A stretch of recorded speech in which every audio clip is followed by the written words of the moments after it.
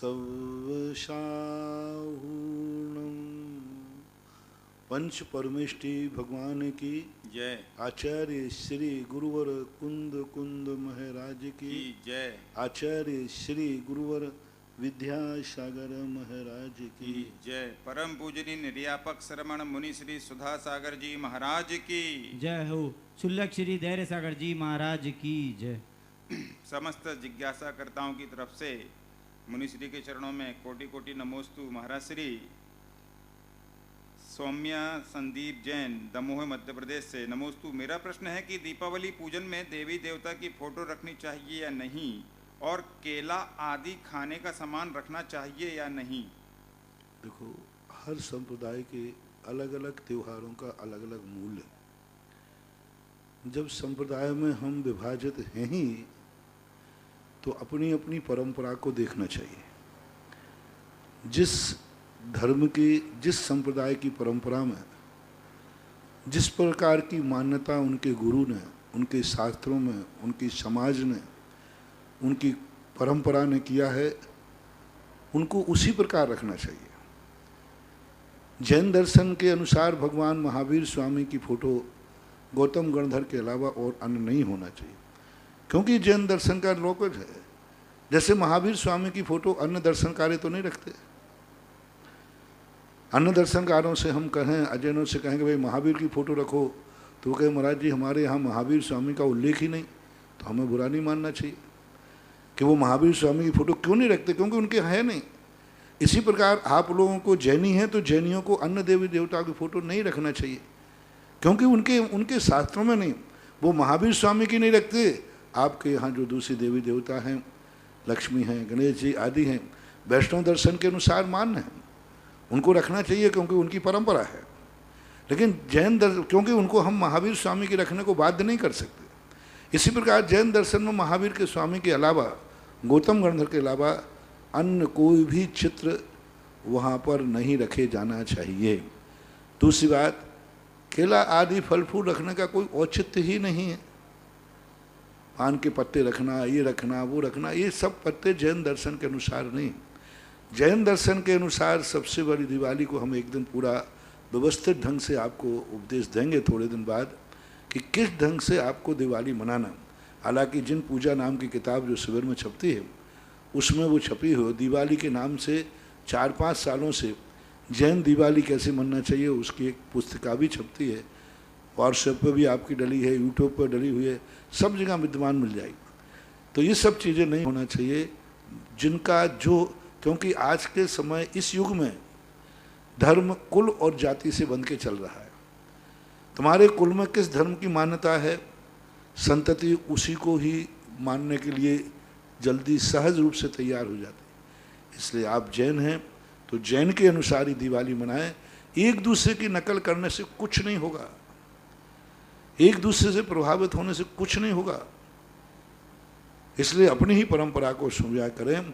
पड़ोसी के व्यक्ति को पापा, आप कितनी जिंदगी भर पापा कहते रहना, लेकिन उसकी वसीयत तुम्हें मिलने वाली नहीं है। और अपने बाप को कितनी भी गालियां देते रहना, मरने के बाद वसीयत तुम्हारे खातनाम ही होने वाली है। हाँ, अपने पिता को मान लो, तुम कभी पापा भी मत कहो, गालियाँ देते रहो, फिर भी मरने के बाद वसीयत तो तुझे खुद के पिता की मिली। और दूसरे के पिता को तुम जिंदगी भर पिता कहते रहो, पैर पूछते रहो, लेकिन मरने के बाद उसकी वसीयत तुम्हें मिलने वाली नहीं है। इसलिए अपनी जो परंपरा जिस जन्म से है उसके अनुसार ही चलना चाहिए। महावीर स्वामी और गौतम गणधर स्वामी बस यही हैं, या तुम्हारे निर्गंथ गुरुओं की, या भगवान के महावीर स्वामी जो आपके इष्ट देव हैं, इष्ट क्षेत्र हैं, आपके क्षेत्रों के मूल नायक हैं, जिनेन्द्र देव के और दिगंबर मुनि के अलावा अन्य चित्र दिवाली के समय पर नहीं रखना चाहिए। कुमारी भक्ति बेगमगंज से नमोस्तु महाराज जी। ये उपदेश मात्र जैनियों के लिए है। जब से हमने जन्म लिया है तभी से हमारी मम्मी ने हर साल हम लोग के जन्म दिवस पर मंदिर जी में छत्र चमर सिंहासन चंदोबा आदि चीज़ें दान की। महाराज जी, इन चीज़ों को दान करने से क्या प्रभाव पड़ता है और हमारी ज़िंदगी में क्या प्रभाव पड़ेगा? अच्छा प्रभाव पड़ेगा, बहुत बढ़िया प्रभाव है। भगवान को हम जो उपकरण देते हैं उस संबंधी एनर्जी हमारे में डेवलप होती है, उस संबंधी हमारे मतलब पुण्यबंध होता है, उससे जो नेगेटिव पाप हैं, अशुभ कर्म हैं, उनकी निजरा होती है। दूसरा प्रश्न है महाराज जी, हमारा जन्म दिवस 18 अक्टूबर को आता है तारीख से, तिथि से कार्तिक कृष्ण अष्टमी के दिन। महाराज जी क्या तारीख के समय शांति धारा करवाना चाहिए या तिथि के अनुसार शांति धारा? आप लोगों को जैसा उचित लगे। हम लोग तो तारीख को ही तिथि को ही मान्यता देते हैं, क्योंकि कुंडली जो तारीख से नहीं बनती, तिथि से बनती है। तिथि के अनुसार ही नक्षत्र देखे जाते हैं। तारीखों के तो कोई नक्षत्र होते ही नहीं, तारीखों का तो कोई विशेष रूप से कुंडली आदि बनती नहीं। तारीख के माध्यम से पंडित तिथि पर ही जाता है और तिथि के अनुसार ही नक्षत्रों का आदि का प्रभाव होता है। जन्म की तिथि जो है वही है, बाकी अब आपका व्यवहार जैसा चलता हो, कोई बात नहीं। कोई तारीख से करा लेता है तो करा लेता है, कोई मना ही नहीं है, लेकिन तिथि सर्वश्रेष्ठ है। ऋतु जैन कोलकाता से, गुरुवर के चरणों में नमन। गुरुवर, दिवाली की शाम को हम जो दीपक उजाते हैं, जोते हैं, जलाते हैं, उसमें एक बड़ा दीपक जोते हैं जो कि रात भर जलता है और कई बार तो दूसरे दिन दोपहर तक जलता रहता है। क्या ये सही है? क्या इसमें जीव हिंसा का दोष नहीं लगता? दीपक तो भगवान की भक्ति कारण के लिए जलाया जाता है। हिंसा आदि के दोष के संबंध में है। आप गृहस्थ हैं, आपकी एक छोटी छोटी हिंसाओं को यदि हिंसा मानोगे तो आप कहीं के नहीं रहोगे। हम महावृत्तियों के लिए तो छोटा सा दीपक जलाना भी वर्जित है, लेकिन आप लोग चूंकि दुनिया भर के पाप कार्यों में आप कितनी बिजली जला रहे हो, आपको कभी ये नहीं आया कि तुम्हारी फैक्ट्री में कितनी बिजली जलती है, तुम्हारे यहाँ भट्टियाँ हैं कोई सोने की चांदी, उसमें कितनी आग जलती है, कितनी तुम अंगीठी जलाते हो, कितनी रोटी चूल्हे पे कितनी आग जलाते हो। तो अब ये सारी चीज़ें करते हो तो धर्म की क्रियाओं में साबद्ध लेशो बहु पुण्य राशो, वहाँ पर विचार करना। बस इतना है कि उसको थोड़ा ढक के रखो। बड़ा दीपक जलाना तो चिमनी रखो, कांच की चिमनी रख के अंदर रखिए, एक ऐसे जाकर के बॉक्स बना लीजिए, क्या बात हो गई, और उसके अंदर आप दीपक रख दीजिए, रात भर रहेगा। ऐसा काम करो कि क्रिया का लोभ भी ना हो और हिंसा भी ना हो। ऐसा हिंसा का बहाना करके किसी मांगलिक क्रिया का लोभ करना ये नासमझी है। क्रिया को चालू रखते हुए उसके साइड इफेक्ट जो हो रहा है, उस साइड इफेक्ट से बचने का कोई उपाय सोचिए, अच्छा यही होगा। राकेश जैन शिविरार्थी, वसुंधरा नगर दमोह से, गुरुवर कोटि नमोस्तु। मेरी जिज्ञासा है कि मंदिर जी से गंदोदक में लौंग डाल कर लाने में क्या लौंग का निर्माल्य का दोष लगेगा? नहीं, कोई बात नहीं। लौंग वगैरह हैं, ये व्यवहारिक हैं। लौंग के पैसा डाल दिया करो इकट्ठी, मतलब महीना भर में 30 लौंग हो जाए तो 30 लौंग का जितना पैसा वो डाल देना। वैभव काला सूरत से, महावीर स्तोत्र में आता है कि यदर्चा भावेन प्रमुदित मना दर दुर इह, इसका क्या अर्थ होता है महाराज जी? यदर्चा भावेन, यह जो यद अर्चा भावेन, जो अर्चना के भाव के द्वारा दुर्दर यानी मेंढक, प्रमुदित मना, प्रमुदित मनहा, प्रमुदित मन होकर के एक मेंढक, दुर्दर यानी मेंढक, प्रमुदित मना आलद्यत होकर के भगवान आपकी अर्चना करने गया था। पद्मावती जैन, वेंकटेश नगर एयरपोर्ट रोड, इंदौर, मध्य प्रदेश। गुरुवर के चरणों में नमोस्तु। माचिस की तीली के शेर होता है दिमाग में, इसलिए वह थोड़े से घर्षण से जल उठती है। हमारे पास भी है पर दिमाग भी, फिर भी व्यक्ति छोटी छोटी बात पर उत्तेजित क्यों हो जाते महाराज? तुम्हारी माचिस की गाड़ी सदा गीली रहती है, इसलिए गुरु से भी रगड़ो तो भी नहीं जलती, भगवान से भी रगड़ो तो भी नहीं जलती है, क्योंकि माचिस की गाड़ी तुम्हारी इतनी सतीश है, इतना भीग गई है पापों से, इतना भीग गई है मिथ्यात्वों से, इतना भीग गई है कसायों से, इतना ज़्यादा से मोह आदि परिणामों से इतनी ज़्यादा भीग गई कि साक्षात भगवान भी मिल जाएं, उनसे भी तुम्हारा घर्षण करा दिया जाए तो उस रगड़ से भी तुम्हारी ज्योति नहीं जलती। मारीच को देखो, मारीच का घर्षण साक्षात तीर्थंकर ऋषभदेव से हो गया, उनकी बुद्धि उनसे टकराई, घर्षण हुआ, लेकिन नहीं जली। तो थोड़ा मिथ्यात और कसायों पे अंकुश लगे तो काड़ी की रोगन का थोड़ा गीलापन कम हो तो काम बन सकता है। राशि जैन पूना से, क्या सम्राट चंद्रगुप्त मौर्य बाद में चंद्रगुप्त मुनिराज बने थे जिन्हें देवों ने आहार दिया था? हाँ, चंद्रगुप्त जो अमृत सम्राट, अंतिम सम्राट थे, जो मुनि बने। सम्राट तो और भी हुए, क्योंकि चंद्रगुप्त का बेटा बिंदुसार था।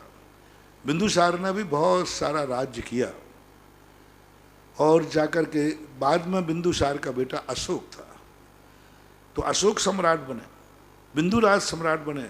और इनके जो अशोक के दादाजी थे चंद्रगुप्त, तो चंद्रगुप्त ने दीक्षा ली, बिंदुसार ने दीक्षा नहीं हुई, बिंदुसार की मौत हुई। अशोक सम्राट का भी बोलने के बाद सबसे ज़्यादा चंद्र, जिनका नाम विशाखाचार्य था मुनि बनने के बाद, जिनको देवताओं ने आहार दिया थे, भद्रबाहु के शिष्य थे। ऐसा रश्मि जैन पूना से, अजीव और पुद्गल में क्या अंतर है?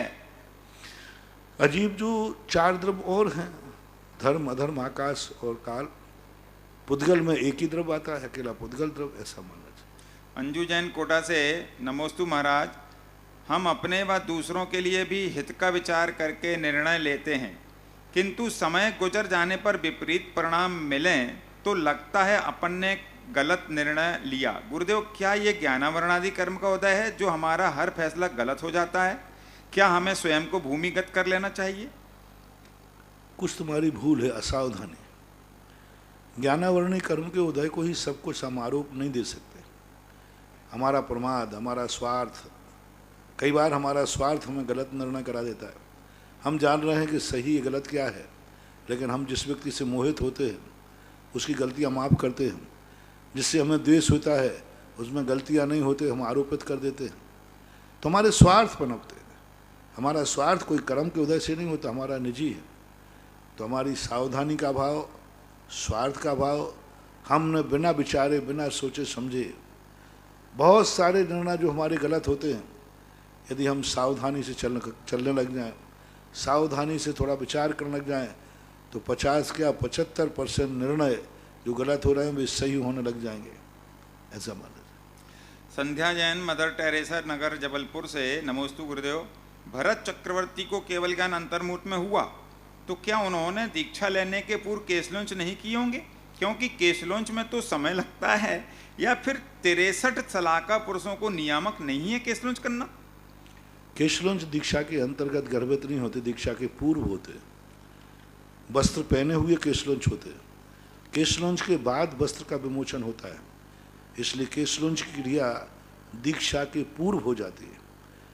और जो दीक्षा मानी जाती है जब वो वस्त्रों का विमोचन करके और अपने आप में संपूर्ण प्रकार के परिग्रहों से रहित होकर ध्यान में लीन होते, उस समय मुनि दीक्षा मानी जाती है। तो बराबर केशलोंच किया। स्पष्ट रूप से महापुराण में पूज्य जिनसेन स्वामी ने भरत का केशलोंच का उल्लेख किया। केशलोंच के तदनंतर बाद, केशलोंच के बाद उन्होंने एक अंतर्मुहूर्त में केवल ज्ञान कराया, ऐसा मानना चाहिए। और केशलोंच बड़े आदमियों को ऐसा ज़्यादा नहीं लिखते, वो फटाफट कर लेते हैं। छोटे तो जिनके संगन शक्ति कम होती ना, छोटे पकड़ना पड़ते क्योंकि दर्द होता है या पकड़ में नहीं आते, छूट जाते।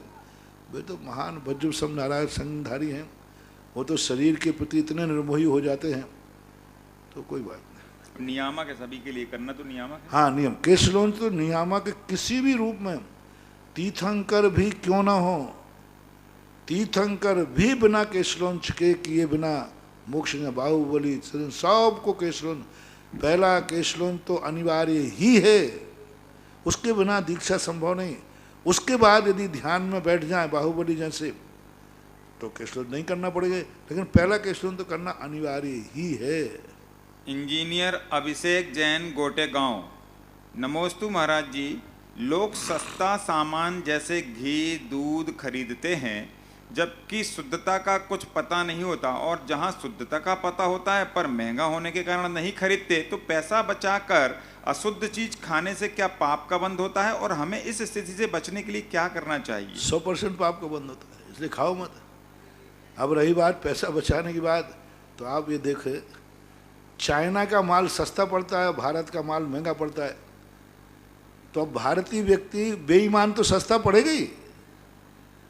अब कहो महाराज जी असली सोना जो है वो महंगा मिलता है, नकली सस्ता मिलता है, अब मुझे क्या करना चाहिए? तो भाई असली को तो सस्ता किया नहीं जा सकता, और नकली को असली बनाया। तुमने असली मान करके ले लिया तो वो असली नहीं हो गया। मान लो तुमने कहा कि मान लो नकली सोना हमने मान लिया कि सही है, तो क्या तुम्हारे सही करने से वो सही हो गया?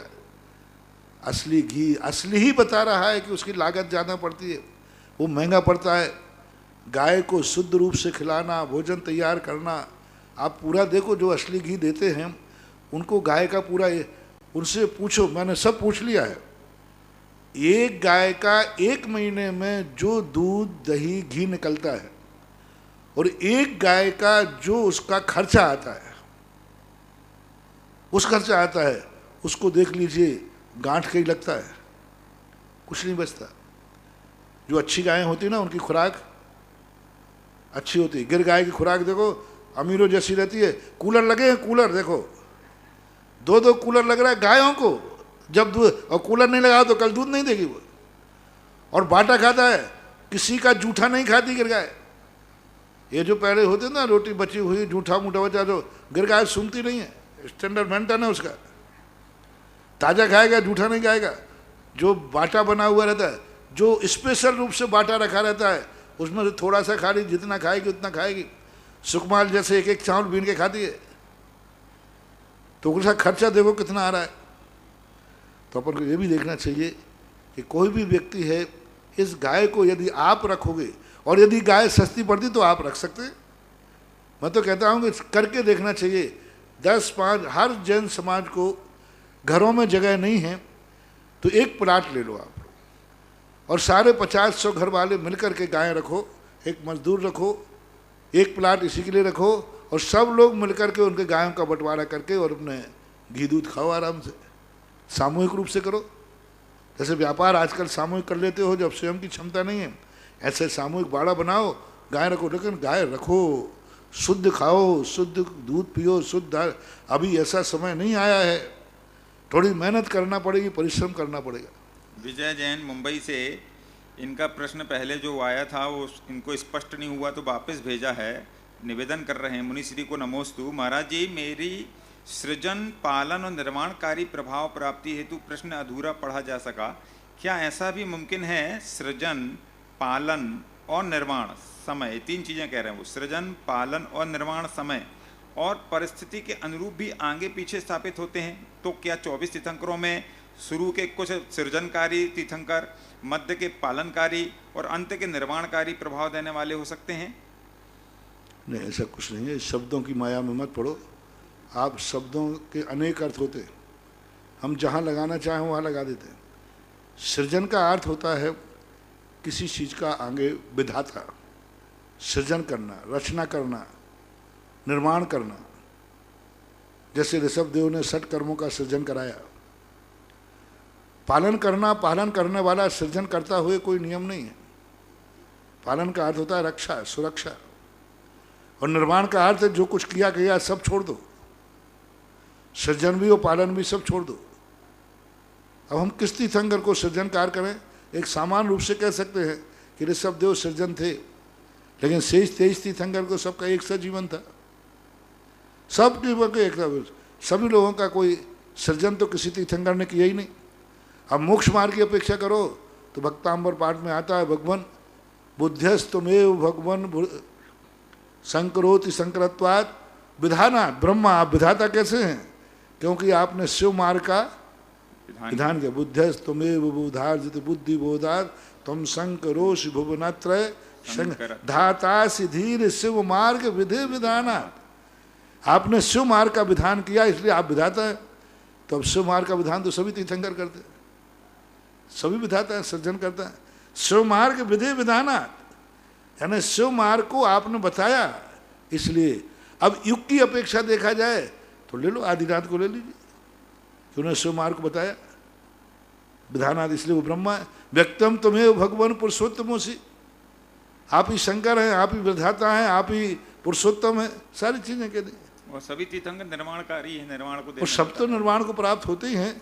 ऐसा अपन किसी पर्टिकुलर के साथ इन शब्दों को हम महापुरुषों से अपनी इच्छा, उस दिन भी मैंने कहा था, आप अपनी इच्छानुसार शब्दों को कैसे भी मोड़ लें, क्योंकि शब्द कभी कभी वक्ता के अभिप्राय को व्यक्त करते हैं।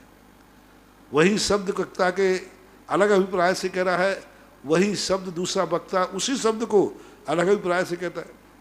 सुनार ने कहा कनक क्या भाव है, वैद्य ने कहा कनक क्या भाव है, महिला ने कहा कनक क्या भाव है। एक मॉल में गया तो 3 व्यक्ति ने कहा, बोले साहब आपके यहाँ कनक है क्या? और एक ने कहा आपके पास कनक है क्या? तीनों कनक है क्या? अब दुकानदार के 3 कनक मांग रहे हैं, तो पूछेगा तुम कौन हो? बोले वैद्य, तो समझ जाए इसको धतूरा चाहिए। बोले तुम कौन हो? बोले सुनार, आभूषण बनाना है, सोना चाहिए। महाराज तुम्हें किस लिए चाहिए? वो समझ जाएगा, वो आटा दे देगा। अब कनक के 3 अर्थ हो गए। अब वक्ता के अभिप्राय से शब्द में एक ही शब्द, कोई अंतर नहीं है। महिला के अभिप्राय से आटा है, सुनार के आवाज से सोना है, वैद्य के आवाज से धतूरा है। और तीनों चीजों में कितना अंतर है? तीनों चीजों में कितना अंतर है? आटा, सोना, धतूरा, कितना अंतर है? नाम एक ही है। तो इन शब्दों के लिए थोड़ा सा अभिप्राय को पकड़ना चाहिए। श्रीमती प्रियंका इंदौर से, गुरुदेव जीवन में सकारात्मक विचारों का सृजन और भावों की विशुद्धि का तालमेल कैसे स्थापित किया जाए जिससे मनुष्य जीवन, जैन कुल और आप अभी हम जैसे प्रातः गुरुओं काल के मिलने के की 2 महीने सार्थकता। लगभग हो गया, 1-1.5 महीने तो पक्का ही हो गया, मैं इसी प्रकार के प्रवचन दे रहा हूँ, आपकी इन्हीं समस्याओं का समाधान कर रहा हूँ। आज जो व्यक्ति टेंशन में आ रहा है, आज व्यक्ति क्यों करता मूड हो रहा है, आज व्यक्ति समझ नहीं पा रहा है कि हमारी ज़िंदगी में सब क्यों घटित हो रहा है, उन्हीं की बातों को लेकर, धार्मिक आधार लेकर के आपकी समस्याओं के समाधान के प्रवचन चल रहे हैं। सकारात्मक कैसे बने? हम कैसे कहें कि पुण्यहीन भी हमारे काम का है? हमें ये सोचना है सांप भी मेरे लिए है। दुनिया में जो कुछ भी दिखता है सब में ऐसा दिखने लग जाए हर चीज़ मेरे लिए ही तो बनी है। ये हवाएं चल रही हैं मेरे लिए, ये पेड़ मेरे लिए, पानी बरस रहा है, सब तरफ एक ऐसा माहौल बने सब कुछ मेरे लिए तो है। और जब सब कुछ मेरे लिए है तो हमें उसके प्रति आत्मीयता जागेगी। और जब हम कहेंगे इसमें हमें क्या लाभ है, हमारी नकारात्मक सोच जागेगा। जब तुम्हारे मन में ये भाव आ जाए इससे मुझे क्या लाभ है, समझ लेना उसी समय से तुम्हें वो वस्तु नकारात्मक ऊर्जा देगी। अब तुम्हारे बुरे दिन आना शुरू हो जाएंगे, वो नकारात्मक है। और तुम हर चीज़ में कहो नहीं इससे मुझे कुछ ना कुछ तो लाभ है ही। ये भिखारी मेरे सामने आया रोटी मांगने, तुम क्या सोचोगे? इसको रोटी दे दो, बोले महाराज क्या लाभ है? तो महाराज को दे दो, जल्दी दे दोगे तो क्यों दे दी महाराज? अरे महाराज से तो लाभ है महाराज, जब कोई काम नहीं आते तो बाबा काम आता आशीर्वाद मिलता है, बहुत सारी बातें। अरे भिखार महाराज ये क्या काम में आएगा? बस यहीं से तुम्हारा विनाश चालू है।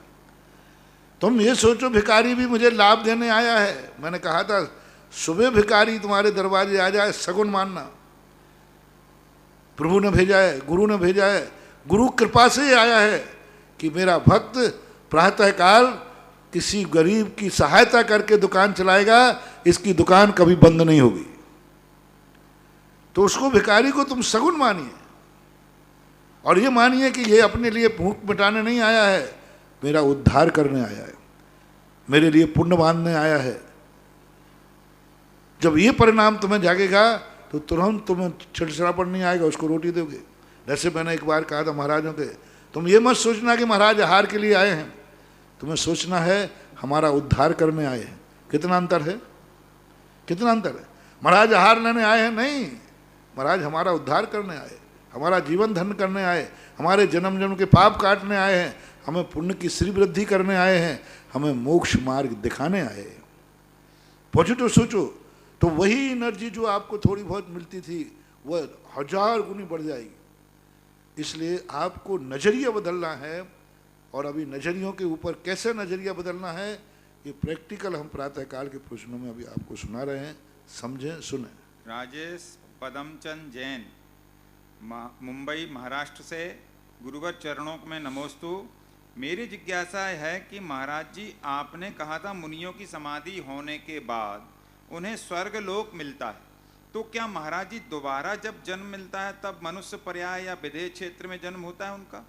हो सकता है, कोई बात नहीं, नियामक तो नहीं कह सकते, लेकिन हो सकता है यहाँ से स्वर्ग, स्वर्ग से जाकर विदेह क्षेत्र में जन्म ले सकते हैं, मोक्ष जा सकते, कोई बात नहीं। पद्मावती जैन वेंकटेश्वर एयरपोर्ट मध्य प्रदेश से, गुरु चरणों में वंदन नमोस्तु अर्पित करती हूँ। मेरी जिज्ञासा है अस्थियां बिखेरने से पहले जीवन में आस्था पैदा कैसे करें? चित्र जाने से पहले चेतना को व्यक्ति कैसे जगाएं ताकि जीवन सार्थक हो जाए।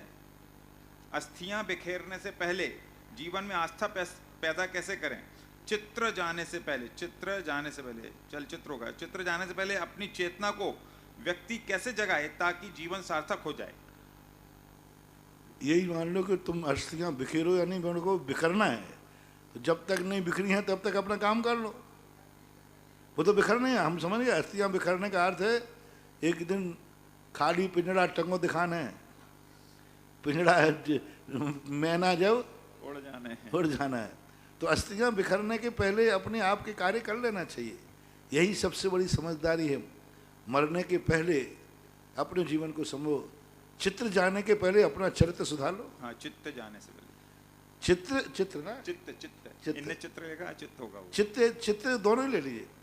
चित्र जाने के पहले चरित्र सुधार लीजिए, और चित्त जाने के पहले अपना चेतना को जगा लीजिए। और क्या, चित्त यानी मन जब तक ना विक्षिप्त ना हो पाए, मन जब तक कमजोर ना पड़े, उसके पहले कर लेंगे। जब लो न रोग जरा गहे तब लो झटत निज हित करो। पंडित जी साहब दौलत राम जी, कितनी अच्छी बात की। जब लो न रोग जरा गहे तब लो झटत निज हित करो।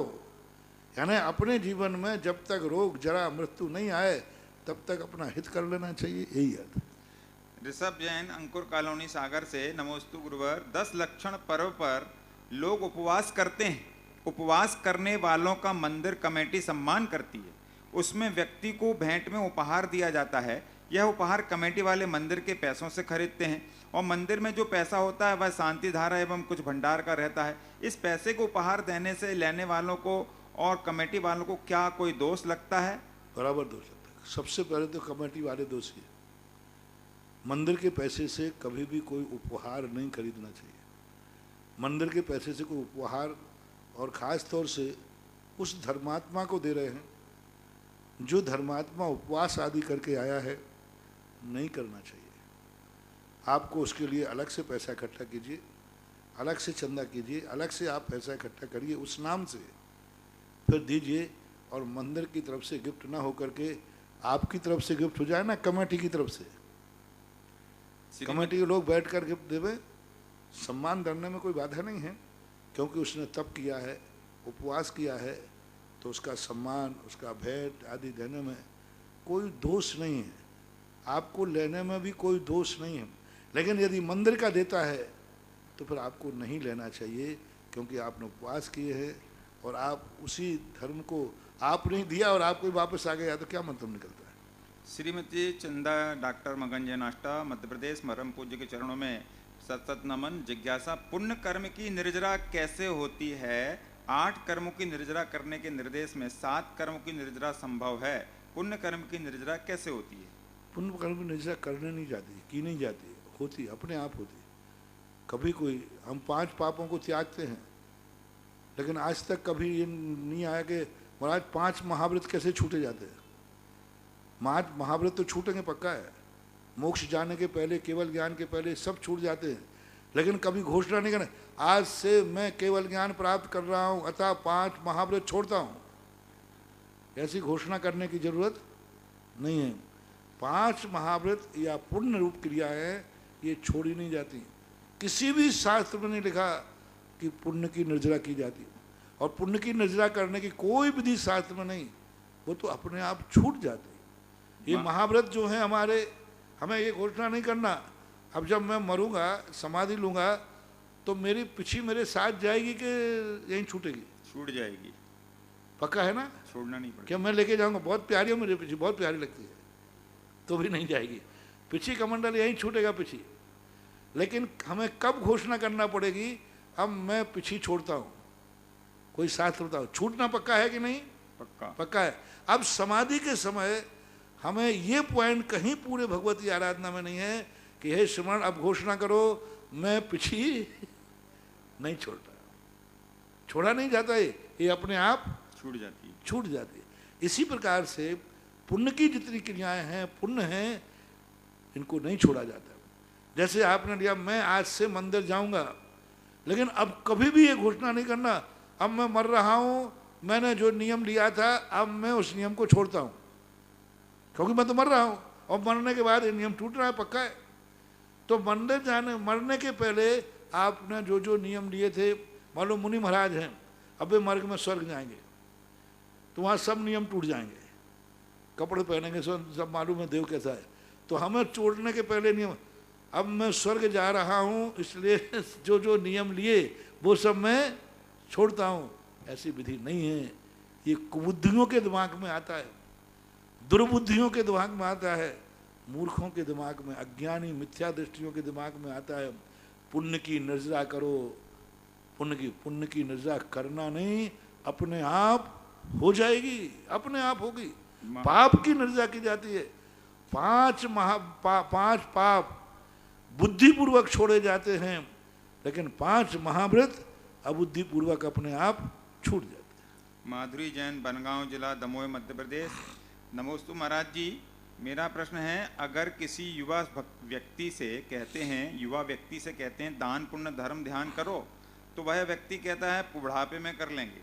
अगर किसी बूढ़े व्यक्ति से कहते हैं धर्म ध्यान दान पुण्य कर लो, अभी समय है, वह बोलते हैं अभी तो समय है, हम थोड़ी ऊपर जा रहे हैं, अभी तो बाद में कर लेंगे। तो ऐसे व्यक्तियों को कैसे समझाएं महाराज? कुछ नहीं समझाएं। ऐसे व्यक्ति काल करंते आज करंते परसों, जल्दी जल्दी क्यों करता है, अभी तो जीना बरसों। ये करते करते करते करते सो जाते हैं। बल्कि ये तो होना चाहिए, काल करंते आज करंते अब, पल में पल रहे होएगो, बहुरी करेगो कब। बोलिए संत शिरोमणि आचार्य श्री विद्यासागर जी महाराज के परम प्रभावक शिष्य मुनि श्री निरापक स्वर्ण जी के चरणों में सुधा कलश एवं जनवाणी चैनल से देख रहे माध्यम से सभी दर्शकों के माध्यम से चरणों में त्रिवार नमोस्तु नमोस्तु नमोस्तु। चंद्रोदय तीर्थ चांदखेड़ी पर विधान करने के लिए सौभाग्य प्राप्त किया है सुनील कुमार, नीता, संस्कार, संयम जैन, राघोगढ़, गुना। नीता सुनील कुमार जैन वैवाहिक वर्षगांठ पर, और एक नाम आया है राजेंद्र कुमार, शोभा, शशांक, स्वाति, ईशिता जैन, गुना, शशांक, स्वाति जैन के वर्षगांठ के शुभ अवसर पर। एवं क्षेत्र पर चल रहे गौशाला में अनिल जैन खेमचंद जी की पुण्य स्मृति में दिल्ली से 5100 रुपये देने की सौभाग्य प्राप्त किया है। प्रथम जिज्ञासा है हर्षित जैन भीलवाड़ा, महाराज जी कल शीतलनाथ भगवान जी का मोक्ष कल्याणक है, परंतु यह पता नहीं कि मोक्ष प्रातः हुआ या साय को हुआ, ऐसी स्थिति में निर्माण लाड़ू कब चढ़ाएं? प्रातःकाल। सभी भगवानों के निर्माण लाड़ू प्रातःकाल सामान्य रूप से मान लिया जाता है, क्योंकि ज्ञान नहीं होने से कोई बात नहीं, प्रातःकाल चढ़ाना। अगली जिज्ञासा अनुमेहा आशीष जैन मुंबई, नमोस्तु महाराज श्री। गुरुवर मेरी जिज्ञासा है, अगर कोई मनुष्य अच्छा है फिर भी कोई उसे गलत समझता है, तो क्या उसके पूर्व जन्म के कर्म या उसकी दुर्भाग्य है कि वह मनुष्य कैसे अपने आप को सही ठहराए? ठहराने की जरूरत नहीं, कर्म तो पक्का है। कई लोग कितना अच्छा कार्य करते हैं लेकिन अपवाद होता है, कोई दोष नहीं करने पर भी अपवाद होता है। कुछ तरीका नहीं है इसका, और जितना ठहराओगे उतना ही ज़्यादा और गलत सिद्ध होगा। परीक्षा दी नहीं जाती, परीक्षा ली जाती है। सीता ने परीक्षा दी नहीं थी, उसने नहीं कहा था कि मेरी परीक्षा ले लो, परीक्षा ली गई थी। कोई परीक्षा लेता है तो तैयार रहो, और नहीं लेता है तो जो है सो है, ठीक है। ये उसी दिन तो सीता कह सकती थी कि मेरी परीक्षा ले लो आप, नहीं, परीक्षा लेने वाला जब चाहे तो ले सकता है। इनको तो सहन करना चाहिए, कर्म भी कोई चीज है। अगली जिज्ञासा प्रियांशी जैन वर्ली मुंबई, नमोस्तु महाराज श्री। महाराज श्री कहा जाता है कि जैन धर्म में भाव प्रधान धर्म है, इसका क्या आशय है? भाव प्रधान धर्म का अर्थ है कि हमारे यहाँ द्रव्य क्रियाओं से हमारे कार्य की सिद्धि नहीं होती। प्रधान शब्द ही बता रहा है कि इसके साथ कुछ और है। यानी कहें घड़ा कुमार प्रधानता से बनता है, तो गधा का भी तो कोई काम तो है ही पीछे, घोड़ तो कोई ना कोई और भी है, चाक आदि और भी है। तो द्रव्य क्रियाओं को अकेले जो मानते हैं कि हमने द्रव्य क्रियाएं करनी तो हमारा काम होगा, नहीं। द्रव्य क्रियाएं करना आधा काम है, आधा काम भावों से होता है। और यदि भाव हमारे शून्य हैं तो द्रव्य क्रिया से हमारे लक्ष्य की सिद्धि नहीं होगी, लेकिन कुछ भी नहीं मिलेगा, सो बात नहीं है। अगली जिज्ञासा 13 वर्षीय पीयूष जैन दमोह। महाराज श्री, मेरी जिज्ञासा है, आदिनाथ भगवान कैलाश पर्वत से मोक्ष गए तो वहाँ तो बर्फ ही बर्फ है, उन्होंने तपस्या कैसे की? अब आज के समय की बर्फ, उस समय बर्फ थी कि नहीं थी? भोगभूमि थी। भोगभूमि काल में ना तो अधिक ठंड होती है ना अधिक गर्मी होती है। उस समय ऐसी ही बर्फ कैलाश पर्वत पे थी, हम नहीं कह सकते, क्योंकि भोगभूमि के समय ना तो अति वर्षा है, ना अति शीत है, ना अभी उष्ण है। वहाँ चारों ऋतुएं नहीं होती भोगभूमि के समय पर। वहाँ पर बस सब कुछ समशीतोष्ण होता है, कोई सर्दी आदि। पूरा भोगभूमि एरिया में ना कहीं बर्फ होता है, ना कहीं दलदल होता है, और ना ही अति ठिठुरने वाली शीत पड़ती है। तो इससे सिद्ध है कि ऋषभ देव के समय कैलाश पर्वत के ऊपर बर्फ की स्थितियां नहीं थी। अगली जिज्ञासा सारिका जी जैन सिरौंज। गुरुवर के चरणों में त्रिवार नमोस्तु। महाराज श्री, जिज्ञासा है, रावण सम्मित शिखर जी में 1 महीने तक रहा, फिर भी शिखर जी की वंदना क्यों नहीं कर पाया? और 10 लक्षण पर्व में शुरू में उत्तम क्षमा और आखिरी में क्षमा वाणी पर्व क्यों लिया है? किसी धर्म को क्यों नहीं लिया? समाधान।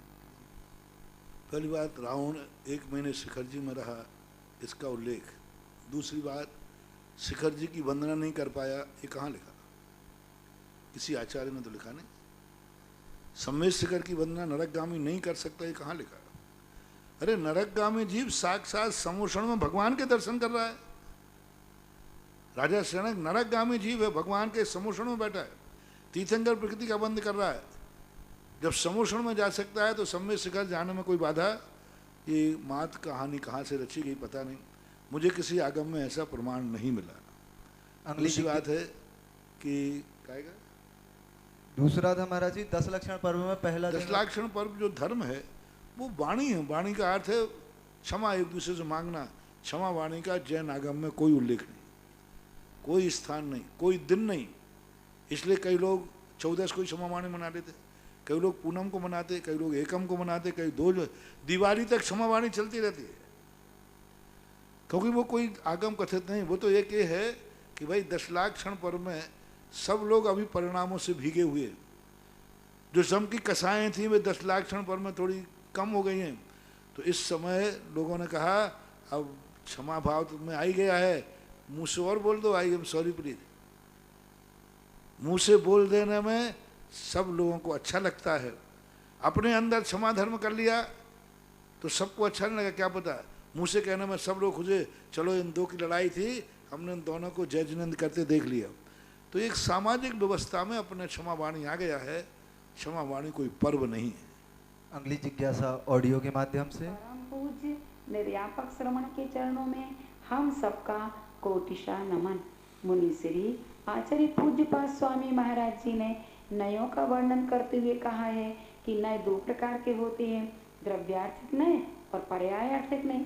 उन्होंने खोला कि द्रव्य का अर्थ सामान्य, उत्सर्ग और अनुवृत्ति, और इसको विषय करने वाला नय द्रव्यार्थिक नय कहलाता है, तथा पर्याय का अर्थ विशेष, अपवाद और व्यावृत्ति, इसको विषय करने वाला पर्यायार्थिक नय कहलाता है।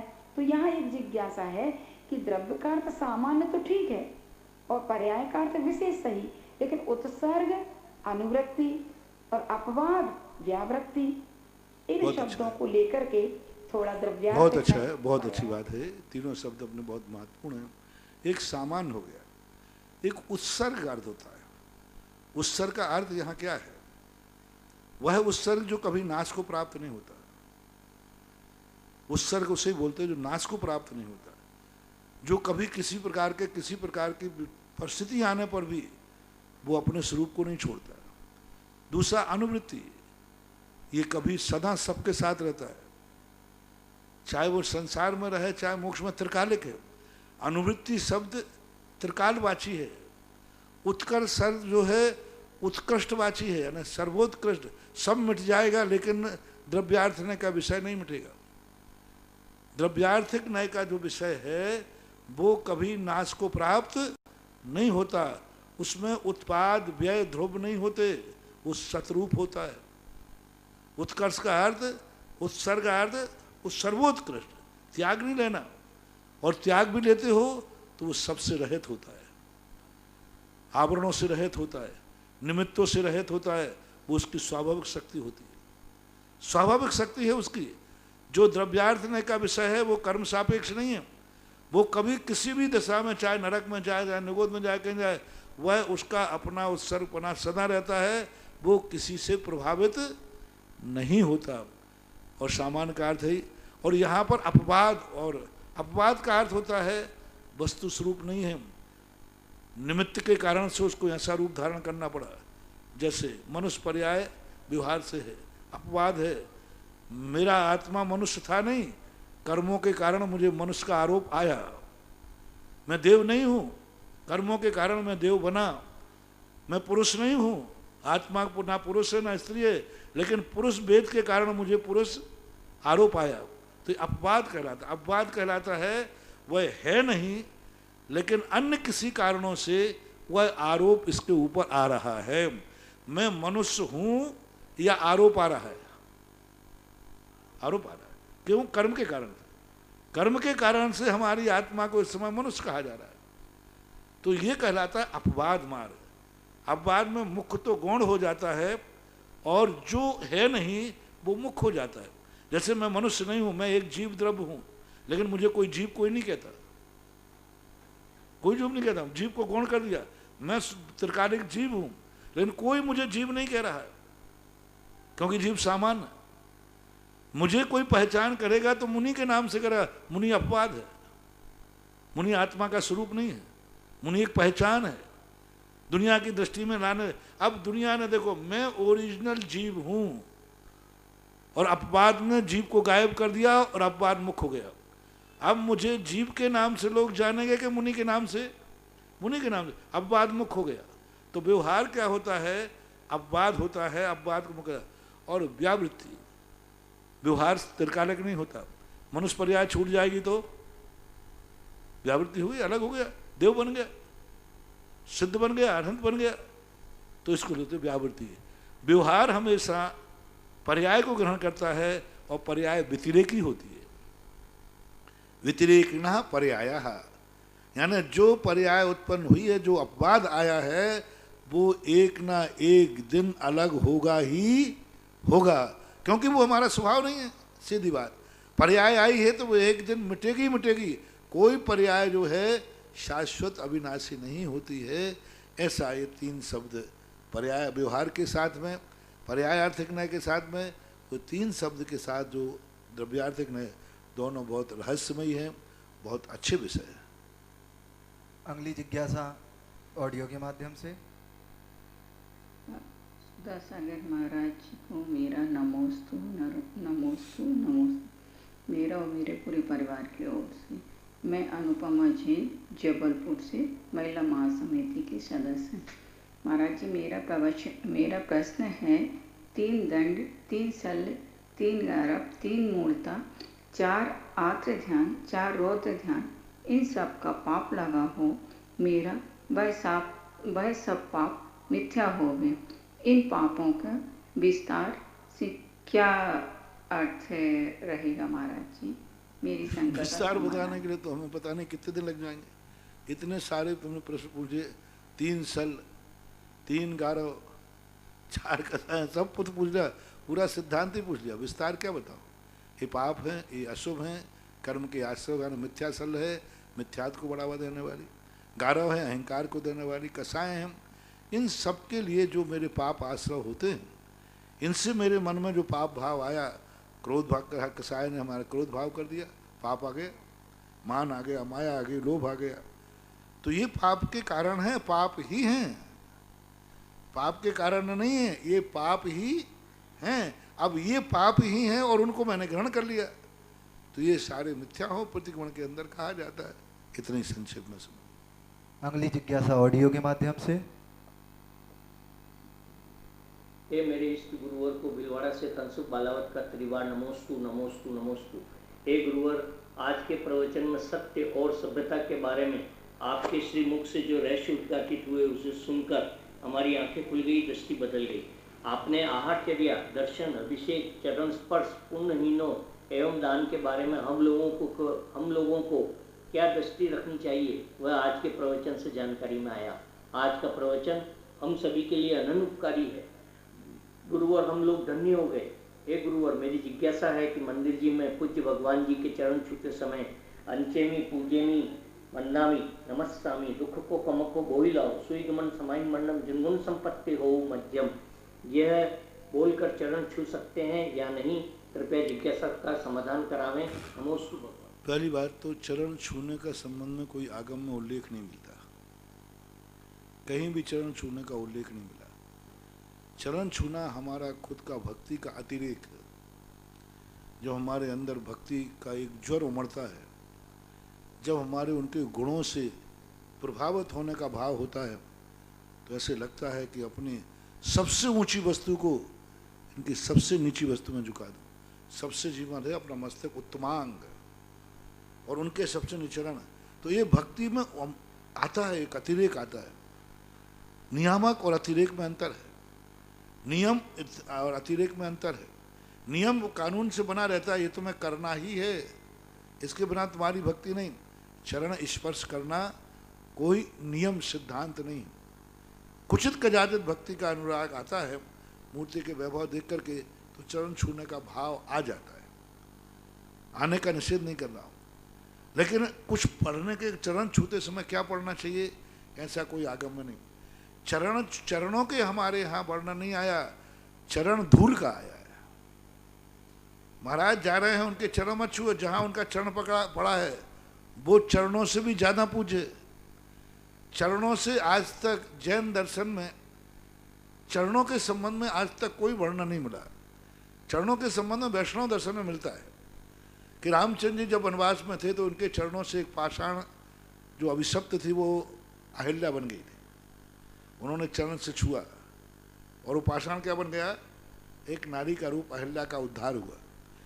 जैन दर्शन में ऐसी कोई घटना नहीं है कि भगवान ने या गुरु ने किसी को छुआ, अपने पैर से छुआ और उससे कोई चमत्कार हुआ। जैन दर्शन में वर्णन है उनके चरणों से निकली हुई वस्तु रज। इसके दो उल्लेख मिले। पद्म पुराण के अंदर निकला कि जब चरण दीदारी मुंडारियों का पाद प्रक्षालन हुआ और वहाँ महाराज थे, उनका जो जल था, कंदोदक जो रखा हुआ था, उस जल में एक पक्षी ने स्नान कर लिया तो उनके सारे पंख स्वर्णमय हो गए, ऐसा उल्लेख मिलता है। तो चरणों में नहीं लौटा, वो किसमें लौटा, चरणों के जल में। दूसरा उदाहरण मिला भक्तांबर पाठ में कि हे भगवान, आपके चरणों का रज, तदपाद पंकज रजो मृत दिग्देहा मृत्या भवंती मकरध्वज तुल्लुपा। तो चरणों के रज का उल्लेख तो हमारे यहाँ है और चरणों का रज ही गंधोदक है, तो उसका उल्लेख है। लेकिन चरणों के संबंध में क्या पढ़ना चाहिए, चरण लेते समय तो मंत्र आए हैं, निर्मलम निर्मलीकरणम पवित्रम पापनाशनम आदि और भी आए, लेकिन चरणों को छूते समय क्या पढ़ना चाहिए आगम में तो नहीं मिला। लेकिन जो आप बोल रहे हैं अंशेमी, पूज्यमी, वंदामी, नमस्यामी, दुखों को कमक को वो लाओ, ये ठीक है, पढ़ सकते हैं। अपने आप में अच्छा विषय है इसमें और सब कुछ भावनाएं आ गई। अगली जिज्ञासा रक्षिता बगड़ा बिजोलिया। नमोस्तु महाराज जी। महाराज जी, कार्यम व साधेयम देहम व पातेयम, इसका क्या अर्थ होता है? कार्यम व साधेयम देहम व पातेयम, इसका क्या अर्थ होता है? अगली जिज्ञासा आदि कुमार जैन, बंड, नागपुर। नमोस्तु महाराज श्री। महाराज श्री, कागज में लिख के दो भाई। मेरी जिज्ञासा है कि क्या स्वर्ण पाषाण में स्वर्ण और पाषाण का एक प्रदेशावगाही संश्लेष संबंध होता है, क्योंकि आत्मा और कर्म के संबंध के लिए स्वर्ण पाषाण का उदाहरण दिया गया है, कृपया समाधान कीजिए। कर्म देखिए, ठीक है, संश्लेष संबंध है, क्योंकि जो भी पुद्गल है अपने आप में पुद्गल, शुद्ध पुद्गल परमाणु रूप होता है। जब भी एक द्रव दूसरे द्रव का जो संबंध होगा वो संश्लेष संबंध हो सकता है, संयोग संबंध हो सकता है, तादात्म्य तो हो ही नहीं सकता। एक परमाणु दो परमाणु मिलकर कभी तादात्म्य नहीं हो सकते, क्योंकि ये दोनों स्वतंत्र द्रव्य हैं, तो संश्लेष संबंध होता है, तो कोई बाधा नहीं। कर्मों का और आत्मा का संश्लेष संबंध है। संश्लेष संबंध उसे कहते हैं दो पृथक वस्तुएं इस ढंग से मिलें कि वो देखने में पृथक ना आवे, लेकिन फिर भी अपने स्वरूप में कायम रहे। अपने स्वरूप को खोएंगे नहीं, लेकिन दोनों मिलकर के एक, जैसे दूध में पानी मिला दिया, अब दोनों एक में हो गए, एक में उनकी स्थिति बन गई। तो ऐसी स्थिति मानना चाहिए। तो वो पाषाण का उदाहरण दिया, ठीक है, क्योंकि दोनों परमाणु भिन्न भिन्न हैं। अगली जिज्ञासा। हाँ, बोलो। अगली जिज्ञासा सुधा जी पटवारी बिजोलिया। नमस्ते महाराज जी। महाराज जी, ज्ञानार्णव ग्रंथ में आया है स्वर्ग का वर्णन में, उसमें दशांग भोगों के नाम गिनाते हैं, मध्यवादित्र, ग्रह, ज्योतिभूषण, भोजन, माला, दीपक, वस्त्र, पात्र आदि। तो 10 प्रकार के कल्पवृक्ष स्वर्गों में होते हैं। इस प्रकार स्वर्ग के देव दशांग भोग भोगते हैं। प्रश्न है कि जब देव भोजन करते ही नहीं तो उनके कंठ से अमृत झरता है, तो मध्य पे भोजन उनके क्या काम है? इसके संबंध में कई बार प्रश्न आए। इसका एक ही अर्थ है कि देवताओं को अपने ही कार्य नहीं करना, दूसरे के भी कार्य करना। जैसे तीर्थंकरों का भोजन भेजेंगे, वो कहाँ से भेजेंगे? स्वर्ग। और वहाँ पर जाकर जब विशाखाचार्य चंद्रगुप्त को जंगल में चौके लगाए, तो कहाँ से भोजन ले गए होंगे? अच्छा। क्योंकि वो अधाकर्म तो करते नहीं। तो ऐसे कुछ प्रसंग ऐसे देखने में आते हैं जिनके कारण ऐसा लगता है कि शायद कल्प वृक्षों का उपयोग उन्हीं के लिए आता होगा, क्योंकि देवताओं के लिए तो भोजन की कोई ज़रूरत होती नहीं। अब ये कार्यम व साधेयम व, कार्यम व साधेयम, अब इसका हम कोई पूरा श्लोक बताएं तब बनेगा कार्यम, कार्य को साधेयम, साधना चाहिए, यही अर्थ हुआ। देहम व पातेयम व, देह को पातेयम मैंने छोड़ना चाहिए, बस यही अर्थ सामान्य अर्थ है। अब आगे पीछे उसका क्या अर्थ है? देहम व पातेयम, देह को पातेयम छोड़ देना चाहिए, पथते यानी त्याग देना चाहिए, और कार्य हम साधेयम, अपने कार्य को साधना चाहिए। ऐसा। अगली जिज्ञासा। महाराज जी, स्वर्गों में जैसे चैत्य वृक्ष, देवों के मंदिर, तो ये क्या होंगे? और कहाँ होना चाहिए? मतलब इसमें है कि उन स्वर्गों में नगरी है, कोट खाई, बड़े दरवाजे, ऊंचे तोरण, चैत्य वृक्ष हैं, देवों के मंदिर आदि रत्नमय शोभते हैं। तो महाराज जी, चैत्य वृक्ष व देवों के मंदिर क्या होते हैं? ये मंदिरों के पास चैत्य वृक्ष होते हैं, जहाँ मंदिर होते हैं आपके यहाँ जैसे मान स्तंभ होते हैं आदि, उनके यहाँ चैत्य वृक्ष होते हैं। तो देवों के मंदिर कोई अलग स्पेशल? देवों के मंदिर मतलब देवों के मंदिर है ना, जो वहाँ देव हैं, उनके विमान में देव हैं, मंदिर है। और जो मंदिर हैं ऊर्ध्वलोक के जितने मंदिर होते हैं, प्रत्येक विमान में मंदिर है। अकृत्रिम चैत्यालय में मंदिर हैं, भवन वासियों के देव। तो इनमें कुछ वे सभी में नहीं होते, कुछ में चैत्य वृक्ष होते हैं, चैत्य वृक्षों के ऊपर मूर्तियाँ होती हैं। बेंतरों के यहाँ भी चैत्य वृक्ष होते हैं। अब जैसे मान लीजिए सालमली वृक्ष है और जाम्बू वृक्ष है, इनके ऊपर भगवान का मंदिर है, जिनालय है।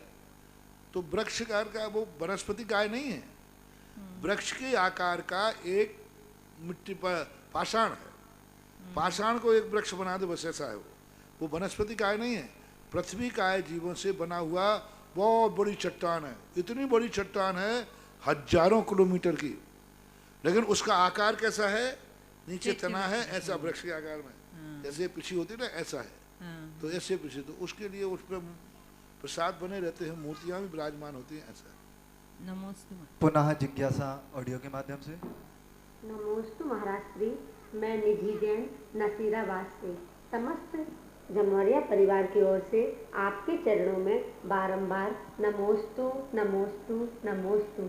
महाराज श्री, मेरी शंका यह है कि तिरुला 3 इंद्रिय जीव होता है, लेकिन जब गेहूं आदि घुन जाते हैं तो उन भुने हुए गेहूं में से तिरुला को मैंने एकदम निकाला तो वह उड़ता हुआ नजर आया। तो महाराज श्री, जब तिरुला 3 इंद्रिय जीव है तो उसमें 4 उड़ने की, वह उड़ कैसे सकता है? कृपया मेरी जिज्ञासा का समाधान। इसके संबंध में 2 चीजें सामने रखना।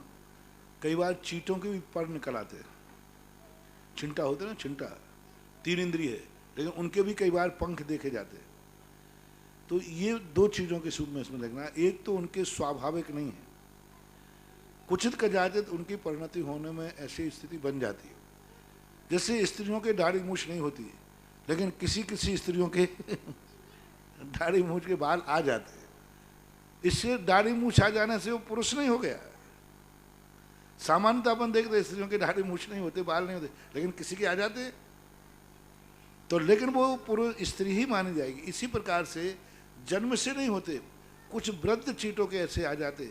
इसी प्रकार त्रिउला जो होता है तो उसके शुरू से नहीं होते नेचुरल रूप से, कुछित का जाते कुछ में त्रिउला हो जाते, उठते देखे जाते। एक दूसरा तरीका है, दूसरा ये भी है कि त्रिउला दो प्रकार के, 3 इंद्रिय और 4 इंद्रिय। त्रिउला कहते हैं, त्रिउला यानी 3 इंद्रिय मानते हैं, लेकिन उसी जाति के उसी रूप में 4 इंद्रिय जीव भी तो उत्पन्न हो सकता है, तो उसको 4 इंद्रिय भी माना जा सकता है। और जैसा अपवाद मैंने कहा, ऐसे अपवाद रूप में भी कुछ देखे जाते हैं। पुनः जिज्ञासा ऑडियो के माध्यम से। नमस्ते महाराज श्री जी, मांगरोल से हम ये जानना चाहते हैं कि प्रकृति बंधावसरण और स्थिति बंधावसरण किसे कहते हैं तथा 10 पूर्वी किसे कहते हैं। नमस्ते महाराज श्री जी। ये प्रश्न हो चुका, मैं बता चुका हूँ इसको, 2 दिन पहले बता दिया था। अगली जिज्ञासा महेंद्र जी पत्रकार इंदौर। गुरुवर नमोस्तु। धर्म करने में हमें विवेक और ज्ञान का किस प्रकार संतुलन स्थापित करना चाहिए जिससे धर्म करने का सर्वाधिक पुण्य और लाभ प्राप्त हो सके, कृपया मार्गदर्शन करें। अपने आप में विवेक तो स्वयं को जगाना है। जैसे आप व्यापार में विवेक रखते, किस ढंग से व्यापार चले, किस ढंग से दुकान चले कि दुकान में ग्राहक भगे नहीं, माल ले जाए, होशियारी रखते हो, अधिक से अधिक कमाई हो जाए, है ना। वहाँ की सब बातों में कैसा ध्यान रखते हो, कैसा किया जाए कि सस्ता माल महंगा बिक जाए, खोटा माल चोखे भाव बिक जाए, सारी तरह लगाते हो, बुद्धि लगाते हो, और इस कला को पढ़ने के लिए कोचिंग करते हो, सेल्समैन की कोचिंग करते हो, कैसे माल बेचा जाता है, कैसे बातें की जाती है, सब कितने 16 साल लगते हैं। ऐसे ही धर्म किया जाता है तो 16 साल तक यहाँ कोचिंग कर लो तो वो पता चल जाएगा कैसे किया जाता है। हर चीज़ की एक कला होती है, उसके लिए करने का यही है कि अपनी रुचि जागृत, हम कैसे अधिक से अधिक पुण्य कमाएं, कौन से माल में पुण्य अधिक है, कौन सी क्रिया धर्म क्रिया करने में पापों की निर्जा ज़्यादा है, तो ये सब चीज़ों पर आपकी रुचि के अनुसार निर्णय किया जा सकता है। बाकी तो मेरी रुचि के अनुसार करो तो मैं तो यही कहूँगा कि सबसे ज़्यादा फायदा मुनि बनने में है। बोलिए निर्यापक सुमन मुनि पुंगव श्री सुधा सागर जी महाराज की जय। आज जिन्होंने महाराज श्री एवं भक्तांबर आरती करने का सौभाग्य प्राप्त किया है, जिन्होंने महाराज श्री को आहार देने का सौभाग्य प्राप्त किया था, देवेंद्र जी, सपना जी, पलक दीदी, कुशाग्र जी, जितेंद्र जैन, गुना।